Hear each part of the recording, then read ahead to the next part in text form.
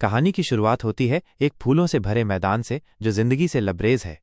लेकिन तभी एक आदमी आगे बढ़ना शुरू करता है और उसके हर कदम से जिंदगी सूखने लगती है। साफ है, जहां भी वो जाता है वहां सिर्फ मौत और तबाही उसका पीछा करती है। वो दीवार के सामने रुकता है। दीवार पर खड़े सैनिक चिल्लाते हैं कि ये जिन गैंग है, डीमन आ चुका है, हमें तुरंत अलायंस लीडर को सूचना देनी होगी। और तभी उन्हें अलायंस लीडर से साउंड ट्रांसमिशन मिलता है जिसमें आदेश दिया जाता है कि इस पल से अलायंस का हर सदस्य जिन गैंग पर पूरा हमला करे। अलायंस लीडर को पता है कि ये आदेश उनकी मौत का मतलब है, लेकिन कोई तो इस डीमन को रोकना ही होगा। आने वाली पीढ़ियों के लिए उन्हें अपनी जान देनी होगी। सैनिक मान जाते हैं और उसके आदेश पर दीवार से कूदकर जिन गैंग की तरफ दौड़ पड़ते हैं। वे चिल्लाते हैं कि उनके नाम मार्शल वर्ल्ड का गीत बनकर 10,000 साल तक जिंदा रहेंगे। वे कहते हैं चाहे जिन गैंग कितना भी डिमोनिक क्यों ना हो, आखिरकार वो भी इंसान ही है। अगर सब मिलकर हमला करेंगे तो उसे हराया जा सकता है। वे अपने हथियार घुमाते हैं, लेकिन जिन गैंग जरा सा भी नहीं हिलता। बस अपनी आंखें खोलते ही वो इतनी भयानक ऑरा छोड़ता है कि उसके सामने खड़े सैनिक वहीं मर जाते हैं। उनकी जिंदगियां पलक झपकते ही मिट जाती हैं। असलियत यह है कि यहां मौजूद हर शख्स कम से कम सेकंड रैंक और उससे ऊपर का है। यहां तक कि सुप्रीम मास्टर्स भी हैं। फिर भी कोई जिन गैंग के करीब तक नहीं पहुंच पाता। और सबसे बुरी बात, जितनी इंटरनल एनर्जी वे खर्च करते हैं, जिन गैंग उतना ही मजबूत होता जाता है। आखिरकार वो अपना हथियार निकालता है और एक बार से मौत का बवंडर खड़ा कर देता है। हजारों सैनिक हवा में उड़ जाते हैं। कुछ लोग अलायंस लीडर से चिल्लाते हैं कि डिसाइपल्स को तुरंत पीछे हटने का आदेश दें। इन्वेस्टिगेशन यूनिट की रिपोर्ट के मुताबिक जिन गैंग ने एक पैक्ट किया है, और वो भी किसी छोटे मोटे फींड से नहीं, बल्कि हेल में रहने वाले एक महान डीमन से। उस पैक्ट के हिसाब से वो जितनी भी आत्माएं मारता है वे चढ़ावे के रूप में डीमन को मिलती हैं। बदले में जिन गैंग और ताकत हासिल करता है, यानी जितने ज्यादा डिसाइपल्स वो मारेगा उतना ही मजबूत होता जाएगा। अलायंस लीडर जवाब देता है, और फिर भी जब मैंने सबको लड़ने का आदेश दिया तो अब भी कुछ डरपोक छिपे हुए हैं। लोग उससे कहते हैं कि क्या वो बात समझ नहीं रहा। अगर ऐसा ही चलता रहा तो उनके सारे डिसाइपल्स उस डीमन की बलि बन जाएंगे। और सबसे बुरे हाल में ग्रेट डीमन जिन गैंग के शरीर का इस्तेमाल करके मॉर्टल रियल में अवतरित हो सकता है। और वे सब जानते हैं हेवनली डीमन भी ग्रेट डीमन को नहीं रोक सकता, इसलिए रिट्रीट का आदेश देना होगा। लेकिन अलायंस लीडर हंसता है और कहता है कि यह मुश्किल होगा। जैसे किसी भोज में मेज भरपूर होनी चाहिए। अगर कीमती मेहमान आए और उनके लिए खाना ही ना हो तो क्या मजा। सैनिक डर के मारे पसीना पसीना हो जाते हैं और पूछते हैं कि उसका मतलब क्या है। अलायंस लीडर कहता है, क्या तुम्हें अंदाजा है मैंने कितनी मेहनत की है। 500 साल लगे मुझे उस इंसान को ढूंढने में जो लॉर्ड नारॉक का वेसल बन सके। और उस वेसल को नारॉक से पैक्ट करने लायक बनाने के लिए मैंने उसका पूरा क्लैन मिटा दिया, ताकि उसके भीतर सिर्फ नफरत और बदला ही बाकी रहे। ये सुनकर सबके होश उड़ जाते हैं।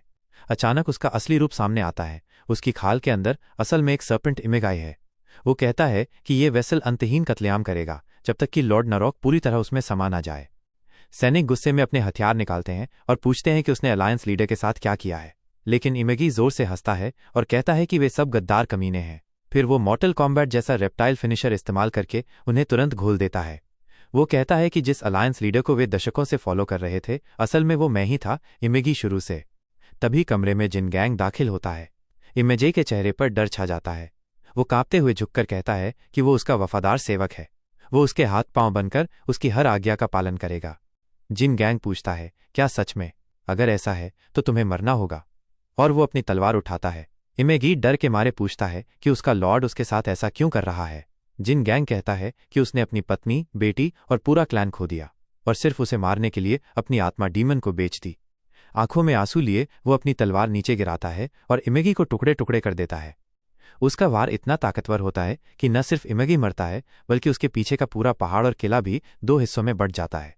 जिन गैंग का हाथ अब पहले से नरम हो जाता है। वो कहता है, आखिरकार सब खत्म हो गया। लेकिन फिर उसे अपनी पत्नी की मौत और पछतावे भरी यादें सताने लगती हैं। और तभी एक आवाज गूंजती है। लॉर्ड नारॉक बोलता है, बदले के लिए बधाई। और अपने ऊपर सोल बाइंडिंग स्पेल डालकर वक्त खरीदना वाकई काबिले तारीफ है। अब कॉन्ट्रैक्ट के हिसाब से जिन गैंग को अपना शरीर सरेंडर करना होगा और नारॉक को विलिंगली एक्सेप्ट करना होगा। तभी एक भारी आवाज गूंजती। ये नरोक की आवाज है। वो कहता है कि उसे सुप्रीम एग्जिस्टेंस का हिस्सा बनने की खुशी का आनंद लेना चाहिए। इसी बीच हमें पहली बार नरोक का असली रूप दिखाई देता है, जो जिन गैंग के भीतर छिपा है और जल्द ही बाहर आने वाला है। लेकिन जिन गैंग ठंडी हंसी के साथ कहता है, वो खुशी तो कुत्तों को दे देना। वो अपनी तलवार को कसकर पकड़ता है और कहता है कि किसी भी हालत में वो नारॉक को ह्यूमन वर्ल्ड में कदम नहीं रखने देगा। तलवार को अपने थर्ड आई की तरफ मोड़ते हुए नारॉक चीख उठता है, ये क्या कर रहे हो? इतनी सारी हत्याओं के बाद क्या सच में सोचते हो कि तुम शांति से आफ्टर लाइफ में चले जाओगे? तुम हमेशा के लिए हेलफायर में जलोगे। वो जिन गैंग की तलवार को नंगे हाथों से पकड़ने की कोशिश करता है और कहता है कि इससे बेहतर है कि तुम्हारी सोल को खुद किंग ऑफ हेल अनाइलेट कर दे। लेकिन जिन गैंग बिना रुके अपनी तलवार आगे बढ़ाता है, न रोक और गुस्से में गरजता है, तुम खुद को ट्रू नथिंगनेस बना लोगे। जिन गैंग मुस्कुराता है और जवाब देता है, अगर ऐसा है तो ये आज का सबसे अच्छा सुना हुआ शब्द है। उसके चेहरे पर सच्ची राहत झलकती है। अगले ही पल वो तलवार को अपने सिर में घुसा देता है। उसका शरीर ढीला पड़ जाता है और उसके मुंह से नीली ऑरा बाहर निकलने लगती है। नारोक गुस्से से चिल्लाता है, तुमने सब कुछ छोड़कर सेल्फ अनाहिलेशन चुना, जब तुम्हारे पास आसमान के नीचे सब पर राज करने का मौका था। मैं इतनी आसानी से अपना हार्ड अर्न्ड वेसल जाने नहीं दूंगा। वो कसम खाता है कि अगर जरूरत पड़ी तो वो जिन गैंग को रीइनकार्नेट करने पर मजबूर कर देगा, चाहे लाखों साल लग जाए। कॉन्ट्रैक्ट अभी भी फोर्स में है और जिन गैंग की सोल मौजूद है तो उससे बचना नामुमकिन है। अब कहानी मॉडर्न टाइम में आ जाती है। स्क्रीन पर एक औरत का चेहरा दिखता है जो डर से भरा हुआ है। अगले ही पल जिन गैंग की आंखों के सामने उसकी वाइफ का खून उसके और उसके बच्चे के चेहरे पर गिरता है। उसके पीछे अलायंस लीडर असल में इमेगी खड़ा है, तलवार उठाए हुए और चेहरे पर शैतानी मुस्कान लिए। जिन गैंग पागलों की तरह चीखने और रोने लगता है। इमेगी पास आता है, अपना पैर जिन गैंग के सिर पर रखता है और उसे जमीन की ओर दबाने लगता है। उसकी आंखों से बहते आंसू खून में बदल जाते हैं। अलायंस लीडर कहता है, यह सब तुम्हारी वजह से हो रहा है। अगर तुम इतने कमजोर न होते तो आज ये हाल नहीं होता। अचानक सीन बदलता है और एक आदमी बुरी तरह पसीना बहाते हुए नींद से जाग उठता है। एक औरत उसके पास बैठी है। वो उसका नाम पुकारती है, डोजन, क्या तुम ठीक हो? तुम पसीने में भीगे हुए थे और बुरी तरह कराह रहे थे। क्या फिर से नाइटमेयर आया था? डोजन कहता है कि हाल ही में उसे बार बार वही ड्रीम आता है। शायद वो थकान की वजह से हो रहा है। लड़की चिंता से पूछती है, क्या तुम सच में ये काम छोड़ने वाले हो? मुझे डर है तुम्हें या किसी और को चोट न लग जाए। लेकिन उसकी बात पूरी होने से पहले डोजान का फोन बजता है। वो उठाकर कहता है, हमें होह्योंग के प्लेस जाना है। ठीक है, मैं निकल रहा हूं। हम देखते हैं कि डोजान की बॉडी काफी जैक्ड है। लड़की पूछती है, इतनी रात में जा रहे हो? डोजान कहता है, अर्जेंट काम है, लेकिन जैसे ही ये खत्म होगा मैं गैंग छोड़ दूंगा। मैं अब राक्षसा बनकर नहीं जीना चाहता। ये कहते हुए वो अपनी पीठ पर बने टैटूज दिखाता है। सीन बदलता है और डॉक पर बने वेयरहाउस में जाते हैं। एक आदमी सिगरेट जलाते हुए कहता है, तुमने सही फैसला लिया। ऐसे वक्त में वॉर करना बेवकूफ़ी है। परिवार के लोग फंसते हैं, कॉप्स टांग अड़ाते हैं, और अगर बदकिस्मत हुए तो तुम्हारा चेहरा सोशल मीडिया पर वायरल हो जाएगा। यह है टाइसन गैंग का बॉस गियोंग। वो सामने खड़े होह्योंग गैंग से कहता है कि इसी वजह से उसने सजेशन दिया कि लड़ाई की जगह इस मैटर को गेम से सेटल किया जाए। दूसरा आदमी मान जाता है और कहता है कि जो हारेगा वो पियर पर कंट्रोल छोड़ देगा। होह्योंग गैंग का आदमी हंसते हुए कहता है, हमें पता है गू सिर्फ राक्षसा पर भरोसा कर रहा है, लेकिन हमारा नया रिक्रूट भी हेला टफ है। गियोंग कहता है, लगता है तुम लोगों ने एक अच्छे बच्चे को गैंगस्टर की दुनिया में खींच लिया है। डोजान, क्या तुम इसे संभाल पाओगे? स्ट्रांग तो दिख रहे हो। डोजान स्लीव्स ऊपर करता है और ठंडे लहजे में कहता है, मुझे कोई फर्क नहीं पड़ता, जिसे चाहो उससे लड़वा लो। सब हैरान होकर पूछते हैं, क्या ये सच में तोंग गैंग का राक्षसा है? इतना यंग दिखता है। सुना है इसने अकेले ही व्हाइट बेयर गैंग के 10 मेंबर्स को हॉस्पिटल पहुंचा दिया था। उसके सामने वाला आदमी हंसते हुए कहता है, राक्षसा, ये नाम तो मजाक है, और डोजान को सीधा चेहरा तोड़ने वाला पंच मारता है। वो कहता है, आखिर में तुम भी सिर्फ एक ठग हो। पहले प्रो रैंकर था, भले ही निकाल दिया गया, लेकिन तुम मेरे सामने कुछ नहीं। वो लगातार डोजान को मारते हुए कहता है कि अगर उस पर डेट न होता तो वो यहां आता ही नहीं। डोजान की हालत देखकर वो उसे हेडलॉक में फंसा देता है और कहता है, अब सब खत्म। तुम्हारा राक्षसा नाम भी बेकार है। मेरे जिम आना, बेसिक सिखा दूंगा। लेकिन डोजान हल्की मुस्कान के साथ कहता है, थैंक्स, लेकिन मुझे जिम फ्लोर्स पसंद नहीं। मैथ्स हमेशा पैरों जैसी बदबू मारते हैं। वो उसका पैर पकड़कर पीछे की ओर उछलता है और कहता है, मैथ्स भी बेवजह सॉफ्ट होते हैं। अगले ही पल वो आदमी कॉन्क्रीट पर सीधा गिरता है और उसका सिर बुरी तरह टकराता है। डोजन मुट्ठी उठाता है और सामने वाला सोचता है कि वो अब उसे पाउंड करेगा। गार्ड ऊपर करता है, लेकिन डोजन उसे सीधा नीचे स्ट्राइक करता है। गार्ड सब बेकार निकलता है क्योंकि पंच सीधा उसके नट्स पर लगता है। मुझे अब ब्रो के लिए सच में बुरा लग रहा है। डोजन उसके बाल पकड़कर बार बार उसका सिर जमीन पर दे मारता है। बू हंसते हुए कहता है कि अब तो ये खत्म हो गया, और चॉय हैरानी से पूछता है कि ये आखिर हो क्या रहा है, क्योंकि जिस प्रो रैंकर को वो लेकर आए थे वो तो बुरी तरह पिट गया। जिस आदमी ने उसे हायर किया था वो कहता है कि थोड़ा और इंतजार करो, लेकिन चॉय कहता है कि नहीं, सब खत्म हो चुका है। और यही वजह है कि असली फाइटर्स सिर मुंडाते हैं। असली फाइट में फुल माउंट हर बार काम नहीं करता। अगर लड़ाई इस मोड़ पर पहुंच जाए जहां सामने वाला तुम्हारे बाल पकड़कर जमीन पर पटक रहा हो तो समझ लो सब खत्म है। वो आदमी कहता है, कौन सा मर्द लड़ाई में किसी के बाल पकड़ता है, लेकिन साथ ही सोचता है कि अब कर भी क्या सकता है। अगर वो पीछे हटेगा तो डोजन उसका पीछा करेगा और टैकल करने की कोशिश करेगा तो डोजन अपने वजन से उसे नीचे दबा देगा। फिर डोजन अपनी टांग उठाता है और घुटना सीधे उसकी नाक पर दे मारता है।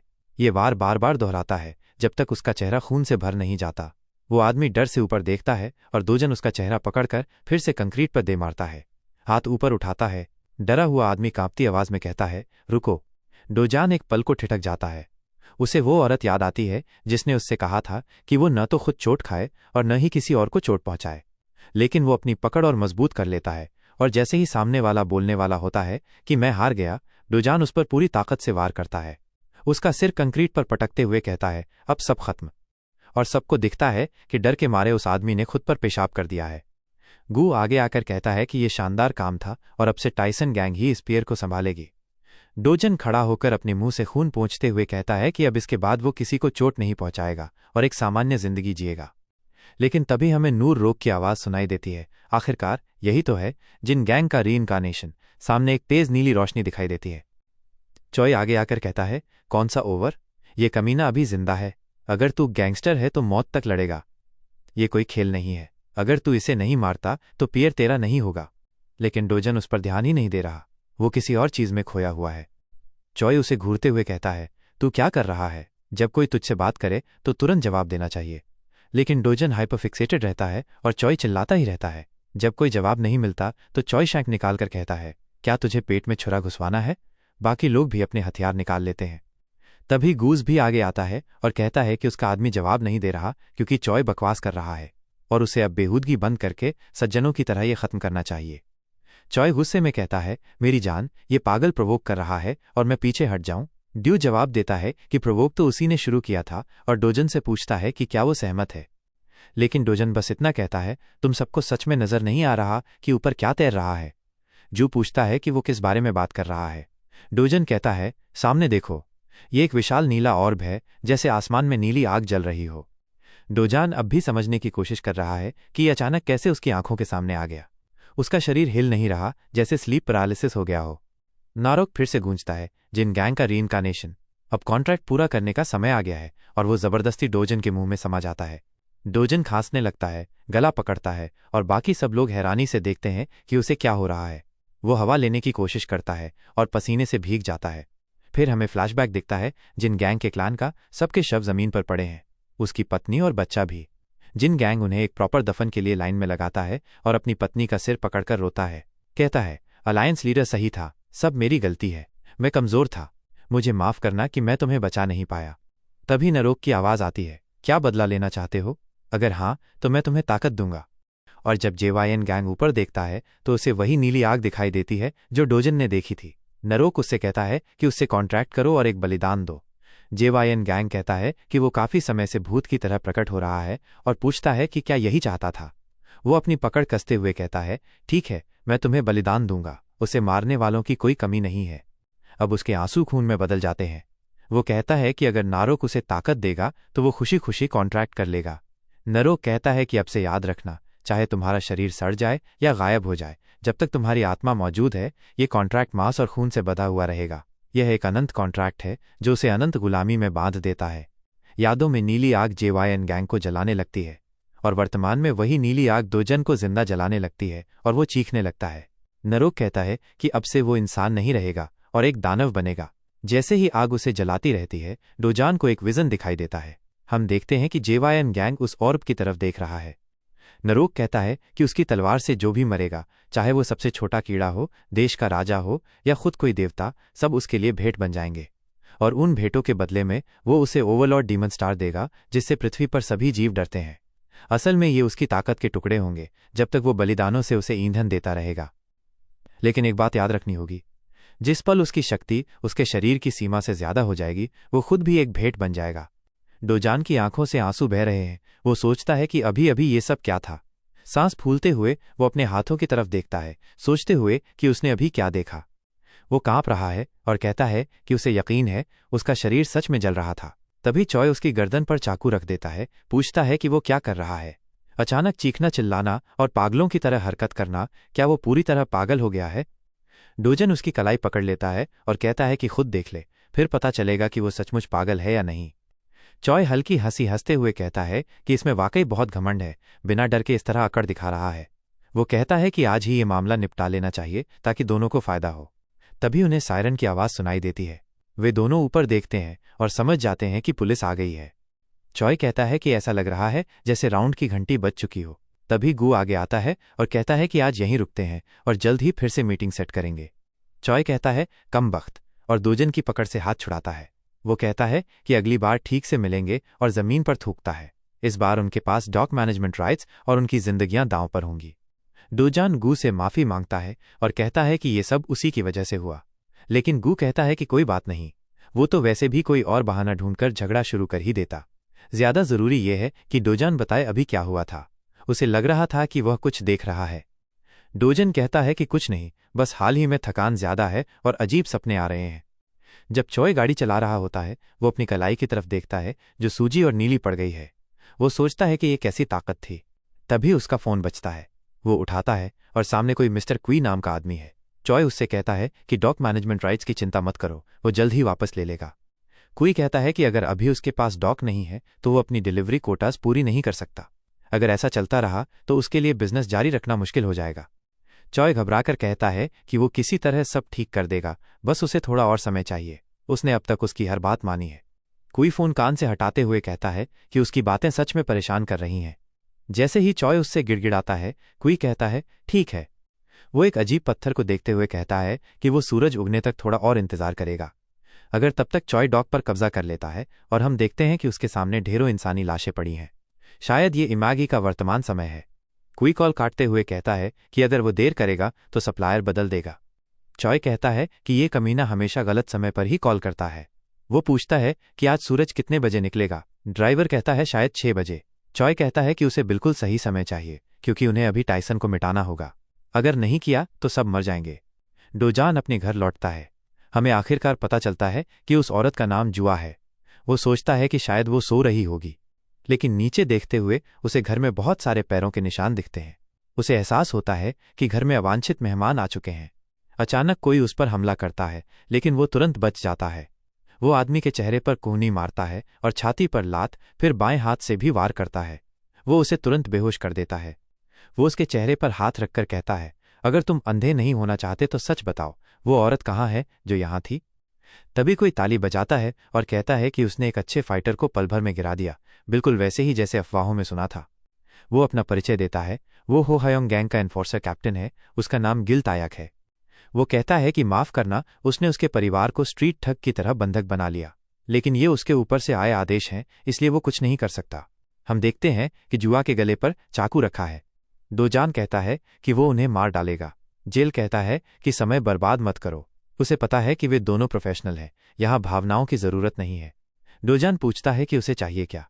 अगर उसकी कलाई, अकिलीज टेंडन या हाथ चाहिए तो ले ले और यहाँ से निकल जाए। गिल कहता है कि आमतौर पर इतना काफी होता, लेकिन आज नहीं। उनका बॉस टाइसन गैंग को मिटाने का फैसला कर चुका है। तभी वो आदमी जिसकी आंखें डोजन ने पहले फोड़ दी थीं आता है और चाकू सीधे डोजन के पेट में घूम देता है। डोजन ब्लेड को पकड़ लेता है और कहता है कि उसे समझ आ गया, लेकिन वादा करो कि उस औरत को छोड़ दोगे। गिल कहता है कि वो कसम खाता है कि उसे नहीं मारेगा। जुआ रोने लगती है। डोजन माफी मांगता है और कहता है कि जैसे रोज उसे चिंता में डालना काफी नहीं था, अब उसने उसे ये सब देखने पर मजबूर कर दिया। वह अपनी बेबसी में संघर्ष करती रहती है। डोजान कहता है कि वो तो बस एक सामान्य जिंदगी जीना चाहता था, लेकिन लगता है यही उसका अंत है, और कम से कम ये उसके साथ हो रहा है, उसके साथ नहीं। ये उस सपने से अलग है जहां उसे बार बार अपनी पत्नी की मौत देखनी पड़ती थी, और वो बस इस बात से खुश है कि अब यही सब खत्म हो रहा है। बाकी लोग उस पर कूद पड़ते हैं, सभी एक साथ उसे चाकू मारने लगते हैं। आखिरकार उसके घुटने जमीन पर लगते हैं और वे सब ऊपर से उसे देख रहे होते हैं। अब भी उसके शरीर में चाकू धसे हुए हैं। गिल कहता है कि सफाई का काम क्लीनर्स पर छोड़ दो और तुरंत बॉस के पास चलो। उन्हें सूरज निकलने से पहले काम पूरा करना है। फिर एक आदमी पूछता है कि लड़की का क्या करे। गिल पूछता है कि ये सवाल करने की भी जरूरत क्यों पड़ी। उसे अपने साथ ले जाओ, क्योंकि गवाह को पीछे नहीं छोड़ा जा सकता। जैसे ही वो डोजन को बिना हिले पड़े देखती है, जिल कहता है कि वो प्रोफेशनल है, इसलिए ये बात समझेगा। उसने वादा किया था कि वो लड़की को मारेगा नहीं, लेकिन कहीं भी ये नहीं कहा कि उसे छोड़ देगा। हम देखते हैं कि डोजान की आंखें पूरी तरह बेजान हो गई हैं।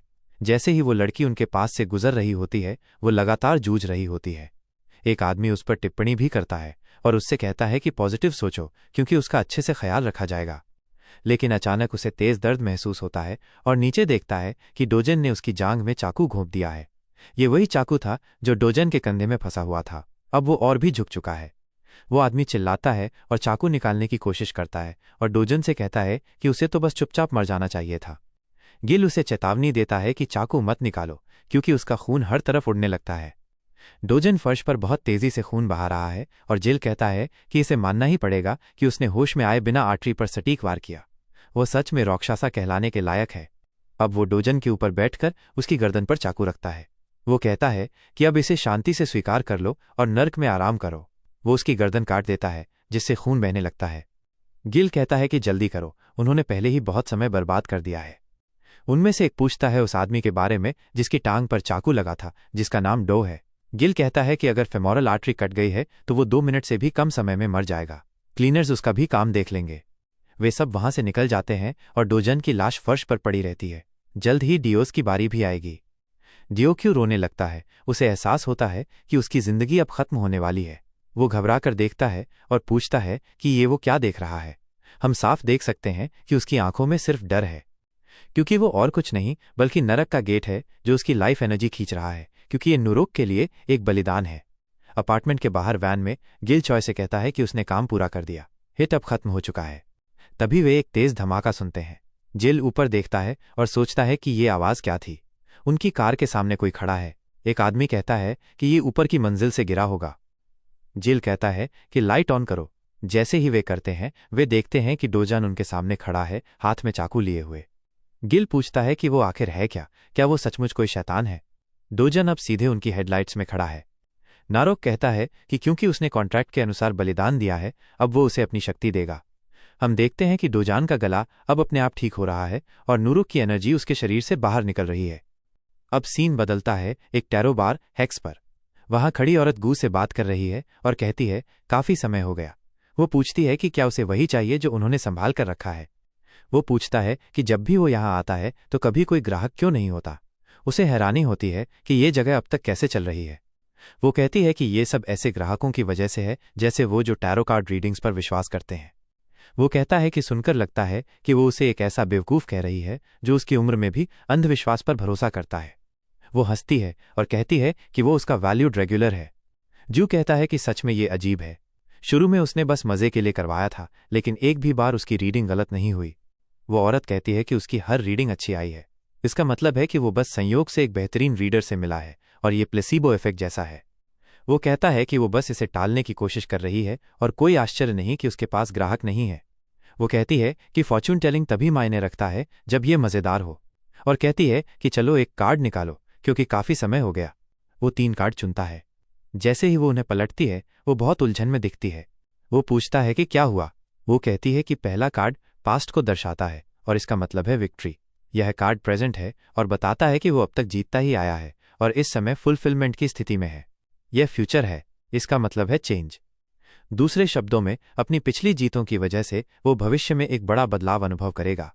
वो कहता है कि उसे लगा था कि उसने कोई बुरा कार्ड निकाला है। वो कहती है कि टावर कार्ड के 2 अर्थ होते हैं, या तो बदलाव या विनाश। उसका चेहरा तुरंत गंभीर हो जाता है। वो औरत कहती है कि ये बस मजे के लिए है और इसे बहुत गंभीरता से नहीं लेना चाहिए। तभी कुछ लोग कमरे में घुसते हैं। हम सुनते हैं कि चॉय आवाज लगाता है, गू। गू मुड़कर देखता है और चॉय पूछता है कि वो यहाँ शराब पीकर आराम से क्यों बैठा है, जबकि उसे ये भी नहीं पता कि आज उसका डेथ डे है।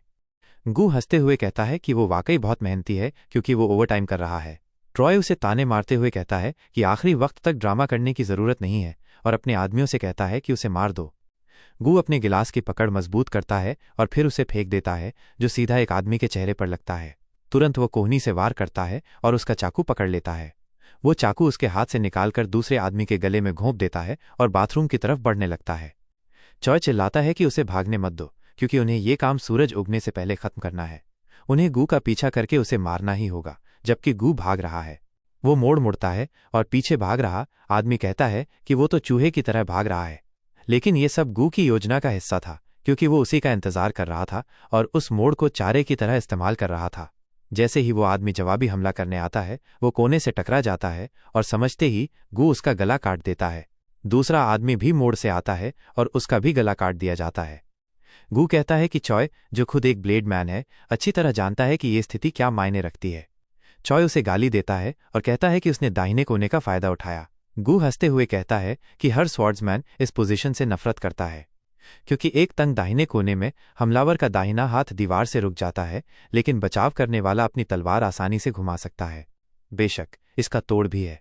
वे रक्षात्मक खिलाड़ी से ज्यादा ताकतवर बाएं हाथ वाले को भेजते हैं। और क्या पता, चॉय दरअसल यहां का अकेला लेफ्ट हैंडर है, इसलिए उसे किसी वफादार आदमी को कुर्बान करने की जरूरत नहीं, बल्कि उसे खुद ही आगे आना चाहिए। दूसरी ओर डोजान वैन के सामने खड़ा है। गिल और उसके आदमी सदमे में पूछते हैं कि क्या वो सच में एक डीमन है। एक आदमी पूछता है उसका मतलब क्या है। गिल गुस्से से चिल्लाता है कि उसे कार से कुचल दो।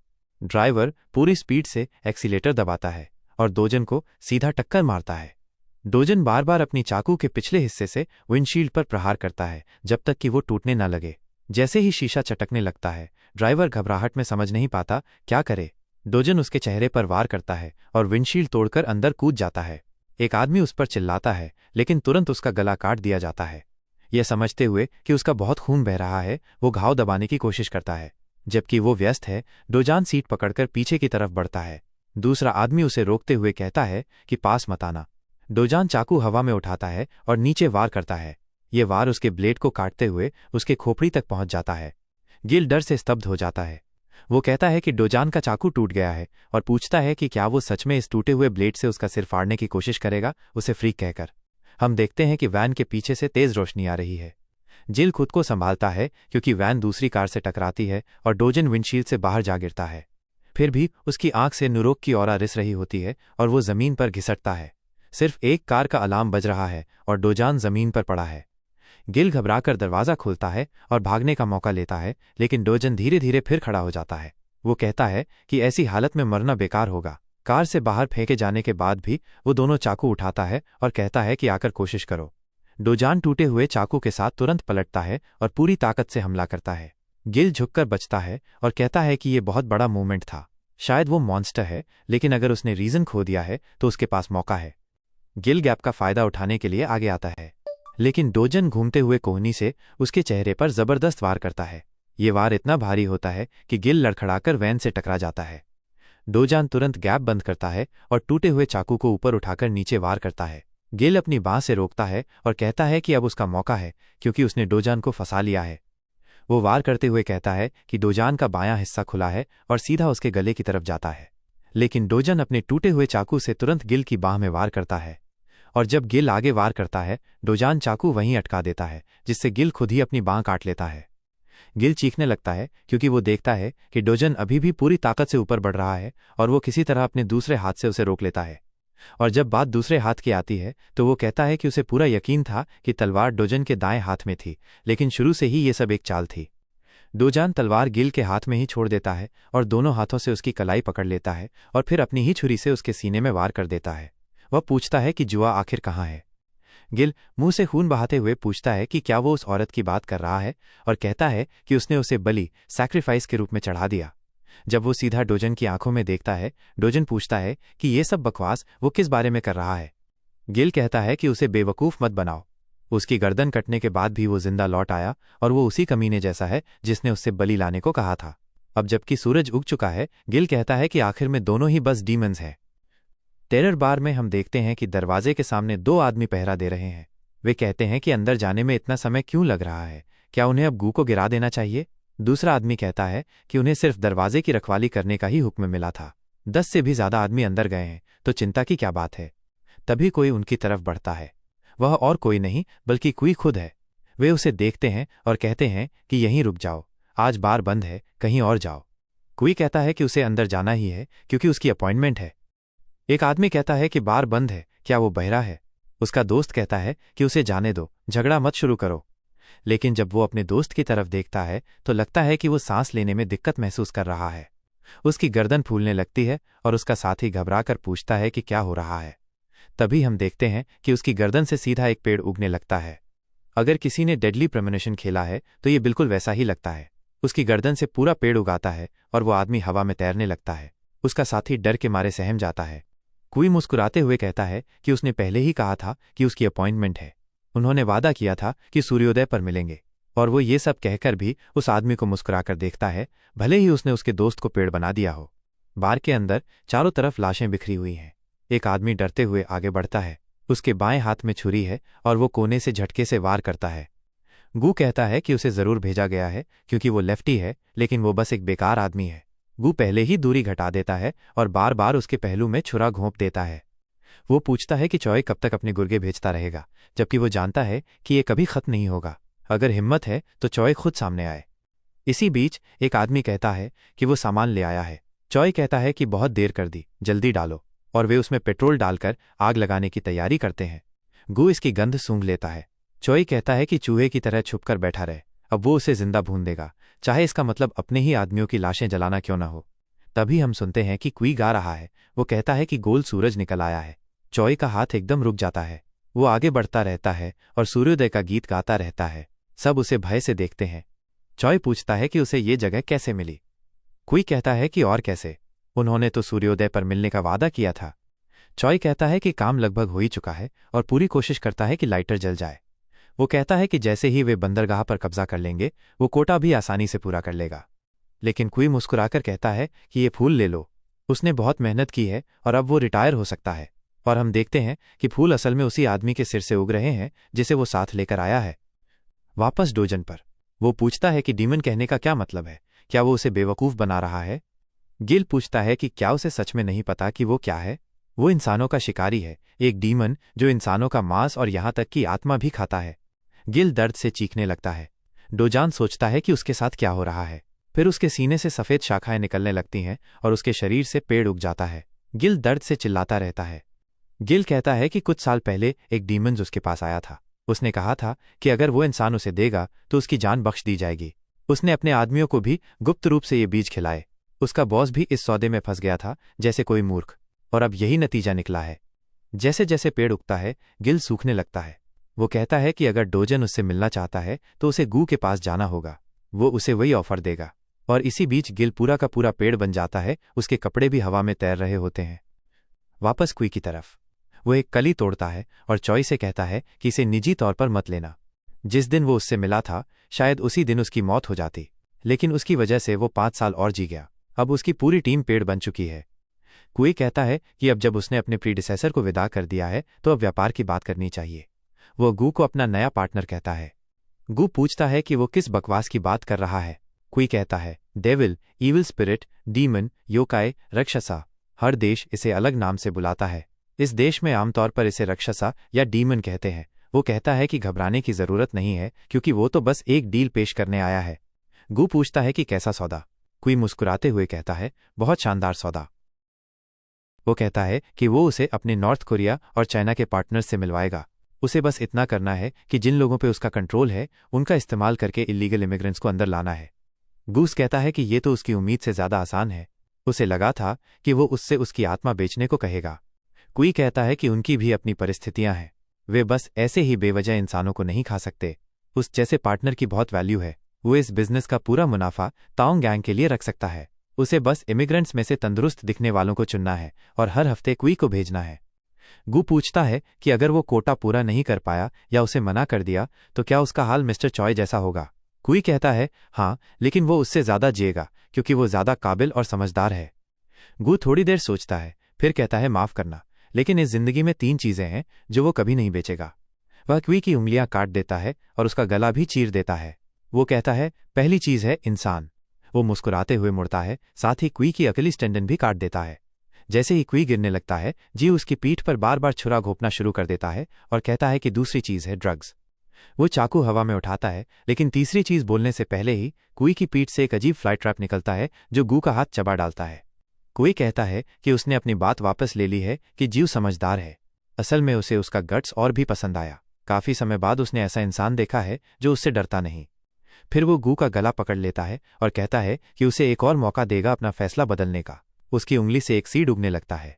वो कहता है अगर गू इसे निगल ले तो न सिर्फ वो उसकी बदतमीजी माफ कर देगा बल्कि उसका कटा हुआ दायां हाथ भी वापस जोड़ देगा क्योंकि गू खून बहने से मर रहा है। गू जोर से हंसने लगता है। क्वी पूछता है कि उसे इतना मजाकिया क्या लग रहा है। गू कहता है कि उसे बस हंसी आ रही है कि चॉय कभी कभी काम आ सकता है। वो लाइटर निकालता है और जमीन पर गिरा देता है। कोई देखता है कि वो गैसोलीन से टकराकर पूरा इलाका जलाने लगता है। गूस कहता है कि उसने अभी तीसरी चीज बताई ही नहीं थी। तीसरी चीज है खुद, और वो कभी अपनी जिंदगी एक कायर की तरह नहीं जिएगा। वाकई क्या बंदा है। कोई जोर से हंसने लगता है। वो कहता है कि ये बहुत मजेदार है, लेकिन यकीन नहीं हो रहा कि उसने खुद को भी आग में झोंक दिया। वो कहता है कि ये मूर्खता है, क्योंकि एक डीमन ऐसी आग से नहीं मर सकता। वो कहता है कि मैं कायर की तरह नहीं जीऊंगा। सुनकर उसे मजा आता है और वो और देखना चाहता है कि गू का अपमानजनक चेहरा कैसा लगेगा जब वो दर्द झेलेगा। वो कहता है कि इंसान जब स्टेक पर जलते हैं तो वे जलने से नहीं मरते, बल्कि स्मोक से दम घुटने से मरते हैं। मतलब जब तक वो सांस लेता रहेगा उसे दर्द महसूस होगा, और मरने से पहले बहुत लंबा समय तक जलेगा। जैसे ही उसका हाथ गू का मुंह ढकने लगता है, कोई कहता है कि जलने का दर्द लहरों की तरह आता है, तो वो बेहोश भी नहीं हो पाएगा। उसे होश में रहते हुए खुद को जिंदा जलते हुए महसूस करना पड़ेगा, और वो इंतजार नहीं कर सकता कि गू किस तरह का चेहरा बनाएगा मरने की भीख मांगते हुए। तभी हमें डोजान की आवाज सुनाई देती है। वो पूछता है कि क्या यही वही है, और जब कोई उसकी तरफ देखता है तो डोजान हाथ में फायर एक्सटिंग्विशर लिए खड़ा है। वो पूछता है कि क्या वही डीमन है जिसके बारे में सब बात कर रहे हैं। फिर वो सारी आग बुझा देता है। इसके बाद वो फायर एक्सटिंग्विशर उठाकर सीधे कुई के सिर पर मारता है और जू को खींच लेता है। लेकिन वो यहीं नहीं रुकता। जैसे ही गू खतरे से बाहर होता है, वो सीधे उसके चेहरे पर मुक्का मारता है, पहले बायां और फिर दायां। इन वारों में जबरदस्त ताकत महसूस होती है। डोजन पूछना शुरू करता है कि वो औरत कहाँ है जिसे उन्होंने बलि के लिए लिया था। अचानक कुई के हाइड्रा जैसे टेंटिकल्स डोजान की दोनों बाहें काट डालते हैं। कुई कहता है कि उसे ये सब जानकर क्या मिलेगा, वैसे भी वो यहीं मरने वाला है। डोजान अपने पैरों पर खड़ा हो जाता है और उसके हाथ पर काट लेता है। उसकी आंख से नीली ज्वाला निकलती है। कुई हंसते हुए पूछता है कि ये क्या है। वो कहता है कि डोजान भी उसी तरह का है, लेकिन उसकी रैंक 5 से ऊपर नहीं लगती। क्या उसने सच में उसकी बलि छीनने की कोशिश की? वो कहता है कि आजकल के डीमंस बेकार हैं, इतने कमजोर कि उन्हें पता ही नहीं चलता सामने वाला मजबूत है या कमजोर। उसे तो शर्मिंदा होकर यहीं मर जाना चाहिए। फिर उसे कराहने की आवाज सुनाई देती है। उसकी जेब से नीली रोशनी निकल रही होती है। वो बीड निकालता है और हैरान होता है कि ये ऐसा क्यों कर रहा है। ये लगातार रेजोनेंस कर रहा होता है। वो कहता है कि इसका मतलब है कि इस बीड के पास कुछ है जिसका कनेक्शन नर्क से है। वो बीड हवा में उठाता है और कहता है कि ये दिलचस्प है, क्योंकि पिछले 300 सालों में ऐसा कभी नहीं हुआ।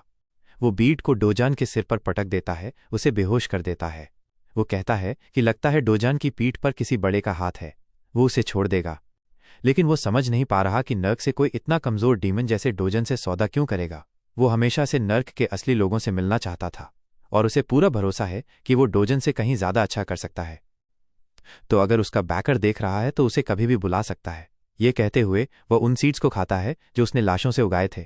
फिर सीन बदलता है। एक ट्रक रुकता है और 2 लोग बाहर आते हैं। वे पूछते हैं कि क्या यही जगह है। यह उनके होहोंग गैंग क्लाइंट्स में से एक होना चाहिए। उन्हें यकीन नहीं हो रहा कि उन्होंने इतनी बड़ी बेस बना ली है। यह असामान्य है। दूसरा आदमी पूछता है कि इसमें असामान्य क्या है। पहला कहता है कि अगर वे लोगों को गुलाम बनाकर बेच रहे होते तो बेस को समुद्र के पास बनाते ताकि आसानी से जहाजों पर चढ़ा सकें। अगर वे अंग निकाल रहे होते तो इतना बड़ा और नोटिसेबल नहीं बनाते। तो आखिर वे उन लोगों के साथ क्या कर रहे हैं जिन्हें हमने सप्लाई किया है। दूसरा आदमी, जो ज्यादा अनुभवी दिखता है, कहता है कि उसे इससे क्या लेना देना।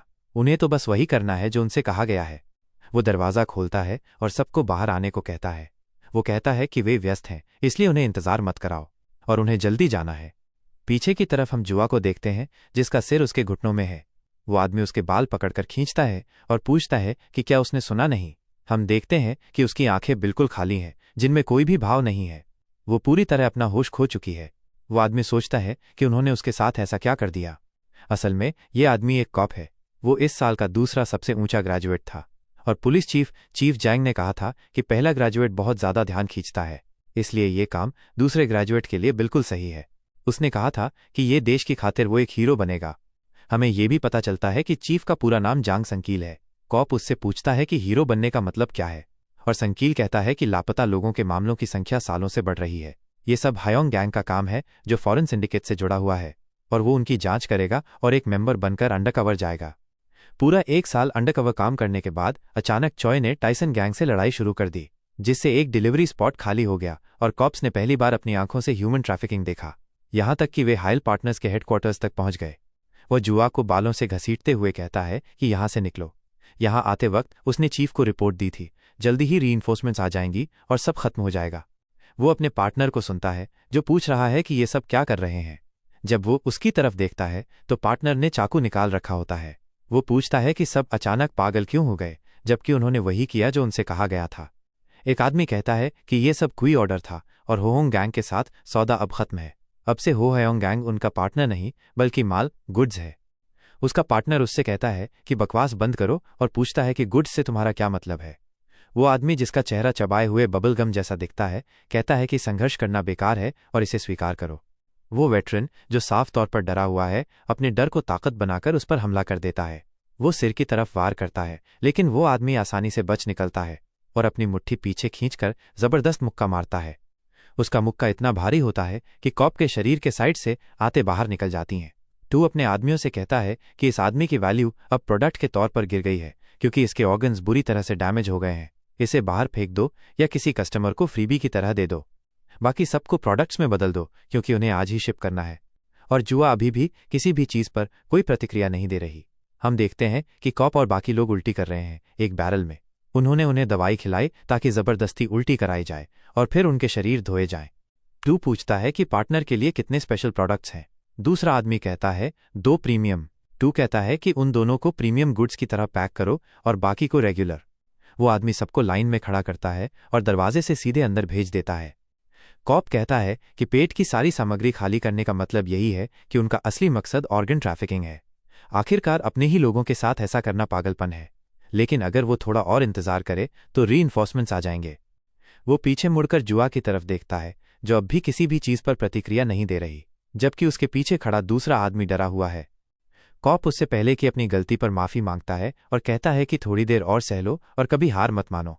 शायद ये शब्द असल में वो खुद से कह रहा था, लेकिन जब वो आंखें खोलता है तो डर के मारे देखता है कि वहां लाशें पड़ी हुई हैं। वो इस भयावह एहसास को नकारना चाहता है कि कुछ बहुत बुरी तरह गलत हो गया है। अगर आपने आखिर तक देखा है तो कमेंट में 5 लिख दीजिएगा और वीडियोस के लिए चैनल को सब्सक्राइब कीजिए। चैनल को सपोर्ट करने के लिए लाइक और कमेंट कीजिए। Thanks for watching. चलो मिलते हैं किसी न्यू वीडियो में।